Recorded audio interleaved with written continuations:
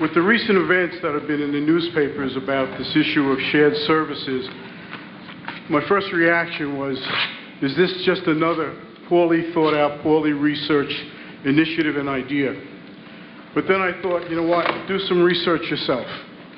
So what I'd like to do is just share some information that I found about the process of creating shared services and how it should be done.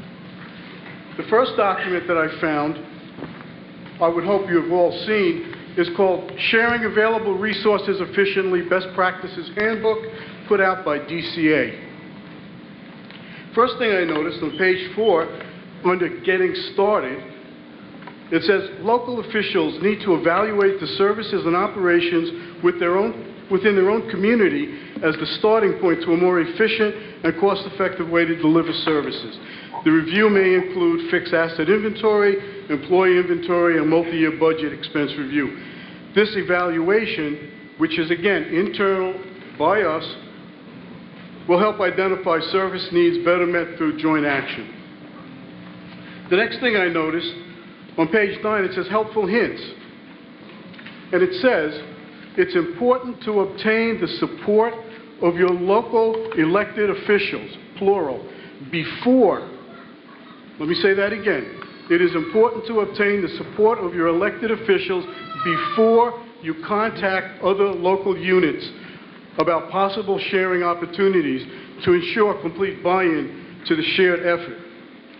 No commitment should be made, no scripts, no speeches.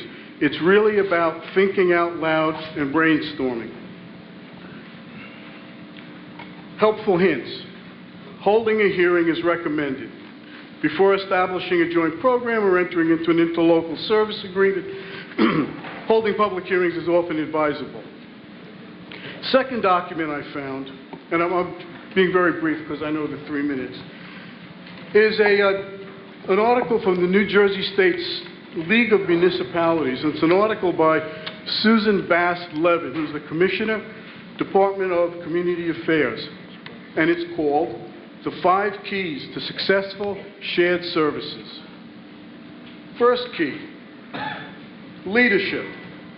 And again, I'm trying to cut it a little short. It says success depends on strong local leadership and support from local elected officials.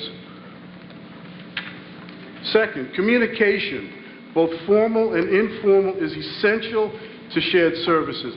The first sharing should be shared communications. Don't know if that happened.